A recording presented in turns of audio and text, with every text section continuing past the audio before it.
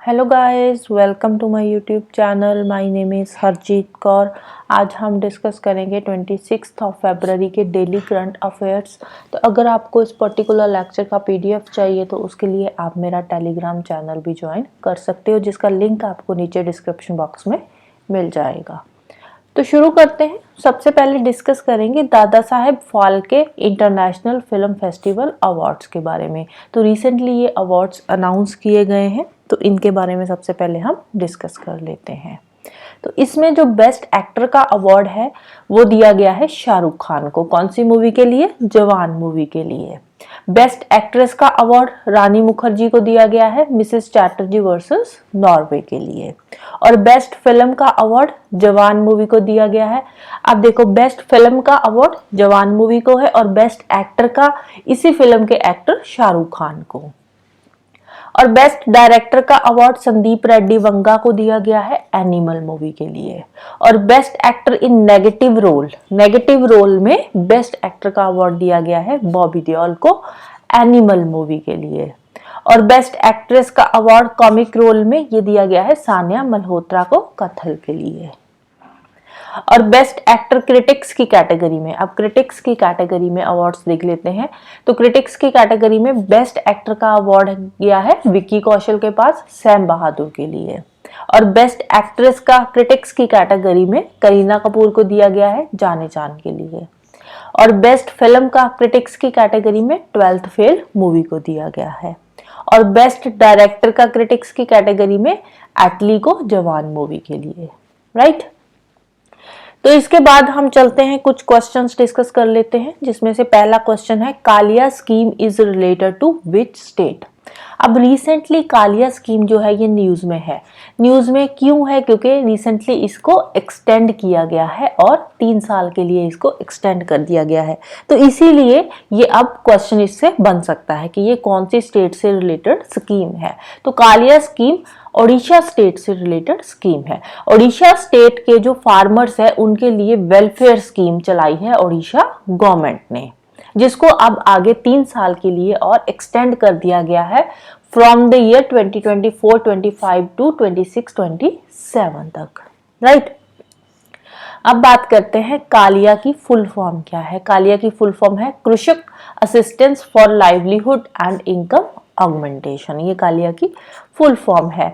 तो ओडिशा के farmer welfare scheme है ये। इसमें जो लैंडलेस एग्रीकल्चरल हाउस होल्ड्स है जिनको ऑलरेडी इंस्टॉलमेंट्स पहले मिल चुकी है, कितनी इंस्टॉलमेंट मिली है? 12,500 की।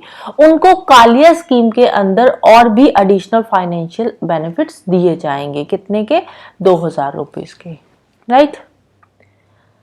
नेक्स्ट चलते हैं। सेकंड क्वेश्चन है India's longest cable stayed bridge Sudarshan Setu is situated in. Sudarshan Setu India का सबसे लंबा केबल स्टेड ब्रिज बन गया है। केबल स्टेड ब्रिज क्या होता है? इसमें इस तरह के ये पोल सा लगा होता है, टावर सा, और इस टावर के साथ ये केबल्स लगाई जाती है। और ये वाला जो केबल स्टेड ब्रिज होता है ना, ये ज्यादा लंबे समय तक चलता है as compared to normal bridge. तो ये जो ब्रिज है रिसेंटली इसका इनॉग्रेशन किया गया है गुजरात के अंदर। ये गुजरात में है सुदर्शन सेतु ब्रिज। और इसको पहले सिग्नेचर ब्रिज भी बोला जाता था। और इसकी टोटल लेंथ कितनी है? 2.32 किलोमीटर ये लंबा है। और ओखा मेनलैंड एंड बेत द्वारका आइलैंड, इन दोनों के बीच में ये एक वाइटल लिंक का काम करता है। इन दोनों को आपस में जोड़ता है ये जो सुदर्शन सेतु ब्रिज है। और इसकी टोटल विड्थ कितनी है? 27.2 मीटर की। और इसमें 4 लेन्स जो है ट्रैफिक चलेगा। 4 लेन्स बनी हुई है ट्रैफिक के लिए, सो दैट की ट्रैफिक कहीं पे रुके ना, स्मूथली ट्रैफिक यहाँ पे रन कर सके। और इसका फाउंडेशन स्टोन रखा गया था अक्टूबर 2017 के अंदर। अक्टूबर 2017 में इसका फाउंडेशन स्टोन रखा था। अभी रिसेंटली इसकी इनॉग्रेशन हो चुकी है। नेक्स्ट है Pangong frozen lake marathon 2024 held in. Recently frozen lake marathon हुई है Pangong frozen lake. Pangong lake कहाँ पे है? लेह लद्दाख में है। तो ये जो मैराथन है ये भी लेह लद्दाख में ही हुई है। राइट। इसमें भगवान सिंह एंड महेश खुराना दोनों भोपाल के हैं, उन्होंने इसको कंप्लीट किया है।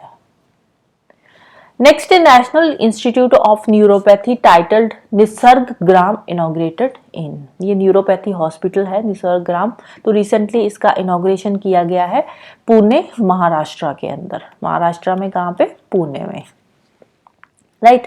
इसके अलावा इस टाइम पे 2 इंस्टीट्यूट्स का इनॉग्रेशन हुआ है, वर्चुअली किया है मिनिस्ट्री ऑफ आयुष ने। कौन से हैं? एक है central research institute of yoga and neuropathy, CRIYN भी जिसको बोलते हैं, central research institute of yoga and neuropathy. इसका जो इनॉग्रेशन हुआ है वो झज्जर हरियाणा के अंदर हुआ है। और दूसरा है नेशनल इंस्टीट्यूट ऑफ न्यूरोपैथी, जिसको टाइटल दिया गया है निसर्ग ग्राम का, तो इसका इनॉग्रेशन हुआ है पुणे महाराष्ट्र के अंदर, राइट। नेक्स्ट है 13th WTO ministerial conference held in, 13th edition हुआ है वर्ल्ड ट्रेड ऑर्गेनाइजेशन की, अभी रिसेंटली कॉन्फ्रेंस हुई है, तो कहां पे हुई है? ये अबू धाबी के अंदर हुई है। नेक्स्ट कुछ और न्यूज है, जिसमें से पहली न्यूज है PM Modi laid foundation stone of 5 new AIIMS across country, तो 5 नए एम्स का फाउंडेशन स्टोन रखा गया है। एम्स की फुल फॉर्म क्या है? All India institute of medical sciences, तो ये 5 नए एम्स का और फाउंडेशन स्टोन अभी रखा गया है। और कहां कहां पे ये एम्स जो है अभी शुरू किए जाएंगे? तो फर्स्ट आ जाता है राजकोट गुजरात के अंदर, फिर बठिंडा पंजाब में, रायबरेली उत्तर प्रदेश में, कल्याणी वेस्ट बंगाल में एंड मंगलागिरी आंध्र प्रदेश में। तो ये 5 अलग अलग प्लेसेस है जहां पे एम्स अब खोले जाएंगे। अभी फाउंडेशन स्टोन रखा है, इनॉग्रेशन नहीं हुआ। इनॉग्रेशन मतलब अब उसको चालू कर दिया जाएगा, फाउंडेशन स्टोन मतलब अभी उसकी जो है उसको बनाना शुरू किया गया है, राइट। अब ये जो एम्स है यहाँ पे इनका फाउंडेशन स्टोन रखा है, अभी बने नहीं है, ये बात ध्यान में रखना है। तो ये 5 कहां पे फाउंडेशन स्टोन रखना है, इसको एक बार ध्यान से पढ़ लेना। नेक्स्ट है film maker Sahni passes away, Kumar Sahni ji की रिसेंटली डेथ हो गई है। इनका बर्थ हुआ था 1940 में के अंदर, तो 83 की एज में इनकी डेथ हो चुकी है। इनको फिल्म फेयर क्रिटिक्स अवार्ड भी दिए गए हैं बेस्ट फिल्म के लिए 1972 में, 90 में, 1991 में, तो काफी सारे इनको फिल्म फेयर क्रिटिक्स अवार्ड्स भी इन्होंने अचीव किए हैं। इसके अलावा international film festival of Rotterdam FIPRESCI award भी इनको दिया गया था 1990 के अंदर, और 1998 में प्रिंस क्लॉज अवार्ड भी इनको दिया गया था, राइट। फिर नेक्स्ट है हाउस होल्ड कंजम्पशन एक्सपेंडिचर सर्वे, अभी हुआ है हाउस होल्ड कंजम्पशन एक्सपेंडिचर सर्वे। तो ये जो सर्वे है इसको कौन करवाता है? NSSO। तो ये रिलीज हुआ है और इसमें जो डाटा है वो अगस्त 2022 से लेकर जुलाई 2023 का डाटा दिया गया है। इससे पहले जो ये सर्वे हुआ था हाउस होल्ड कंजम्पशन एक्सपेंडिचर सर्वे, वो कब हुआ था? वो हुआ था 2011-12 के अंदर, राइट। 2011-12 के बाद अब ये house hold consumption expenditure survey conduct करवाया गया है, जिसमें डाटा आ जाएगा हमारे पास अगस्त 2022 से लेकर जुलाई 2023 का। तो अब बीच में सर्वे क्यों नहीं हुआ? क्योंकि बीच में एक तो पहले डिमोनेटाइजेशन हो गई, तो उसके चलते हुए हमारी पूरी की पूरी इकोनॉमी हिल गई। उसके बाद कोरोना आ गया, तो बीच में बहुत सारे ऐसी दिक्कतें आ गई जिसकी वजह से इतने टाइम से ये जो सर्वे था ये हुआ नहीं था। तो अभी इस सर्वे को कंडक्ट करवाया गया है, तो इसका जो डाटा है उसको हम एक बार डिस्कस कर लेते हैं। तो according to the data, the average monthly per capita consumption expenditure, MPCE जिसको बोलते हैं, monthly per capita consumption expenditure. अब ये जो पर कैपिटा कंजम्पशन एक्सपेंडिचर है कि एक बंदा कितना खर्चा कर रहा है, राइट, तो वो इंक्रीज हुआ है अर्बन एरियाज में भी, रूरल एरियाज में भी। अर्बन एरियाज में कितना इंक्रीज हुआ है? 33.5% सिंस 2011 to 12, राइट। 11-12 में लास्ट सर्वे हुआ था, तो उसी के साथ हम इसको कंपेयर करेंगे ना, तो लास्ट सर्वे के साथ इसका हम कंपैरिजन यहाँ पे कर रहे हैं। तो उसके अकॉर्डिंग अर्बन इंडिया जो है वहां पे जो कंजम्पशन है, पर कैपिटा कंजम्पशन एक्सपेंडिचर है, एक्सपेंडिचर की बात कर रहे हैं, तो पर कैपिटा कंजम्पशन जो एक्सपेंडिचर है वो 33.5% इंक्रीज हुआ है, और कितना हो गया है? 3,510 रुपीज अर्बन एरियाज में, और रूरल एरियाज में कितना इंक्रीज हुआ है? 40.42% इंक्रीज होकर कितना बढ़ गया है? 2,008 रुपीज, राइट। उसके बाद स्पेंडिंग्स ऑन फूड की बात करते हैं कि फूड में कितनी स्पेंडिंग्स बढ़ी है, कम हुई है, क्या हुआ है। फूड स्पेंडिंग्स की बात करें तो ये डिक्रीज हुई है। 2011-12 में फूड स्पेंडिंग्स थी 52.9%, जो टोटल एक्सपेंडिचर है उसका 52.9% थी, लेकिन ये कम होकर कितनी हो गई है 46.4% फॉर रूरल हाउस होल्ड्स।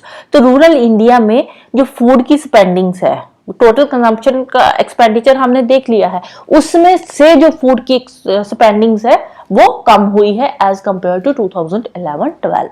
11-12 में 52.9% थी, तो अब कम होकर कितनी रह गई है 46.4%। अर्बन एरियाज की बात करें तो अर्बन एरियाज में कितनी डिक्रीज हुई है। अर्बन एरियाज में पहले कितनी थी 42.6%, अब ये कम होकर कितनी रह गई है 39.2%। तो ओवरऑल जो फूड स्पेंडिंग्स है ये क्या हुई है, डिक्रीज हुई है। तो अब इसका रीजन क्या बताया जा रहा है, इसका रीजन बताया जा रहा है कि जो फूड इन्फ्लेशन है वो कहीं ना कहीं इतनी ज्यादा नहीं बढ़ी, और साथ ही साथ हमारी जो सरकार है उसने बहुत सारी स्कीम्स चला रखी है फूड पे, जिसपे उनको बहुत कम रेट पे जो खाना है मिल रहा है, तो इसीलिए जो फूड की स्पेंडिंग्स है वो कम हुई है। अब नेक्स्ट बात कर लेते हैं स्टेट्स की। स्टेट्स में जो monthly per capita consumption expenditure है वो सबसे ज्यादा कौन सी स्टेट का है, सबसे ज्यादा एक्सपेंडिचर कौन सी स्टेट का है, तो वो है सिक्किम का। सिक्किम में जो कंजम्पशन एक्सपेंडिचर है वो सबसे ज्यादा है, जिसमें से रूरल एरिया जो है, सिक्किम का ही रूरल एरिया जो है वहां पे कितना खर्चा कर रहे हैं, वो मंथली एक्सपेंडिचर कितना है 7,731, एंड अर्बन एरियाज में है 12,105 का। Right, monthly per capita consumption expenditure Sikkim का सबसे ज्यादा है, और सबसे लोएस्ट कौन सी स्टेट का है, छत्तीसगढ़ का। अब ये जो हाईएस्ट और लोएस्ट स्टेट्स है ये इंपॉर्टेंट है, इनको याद रखना है। सिक्किम का सबसे ज्यादा है और छत्तीसगढ़ का सबसे कम है monthly per capita consumption expenditure. Chhattisgarh का कितना है, छत्तीसगढ़ में रूरल एरियाज का है 2466 एंड अर्बन एरियाज का है 4483। राइट, हाईएस्ट सिक्किम का है, लोएस्ट छत्तीसगढ़ का है, ये बात याद रखनी है। Right, so that's all for today. जाने से पहले वीडियो को लाइक कर देना, शेयर कर देना और चैनल को सब्सक्राइब कर लेना। Thank you, bye bye and have a nice day.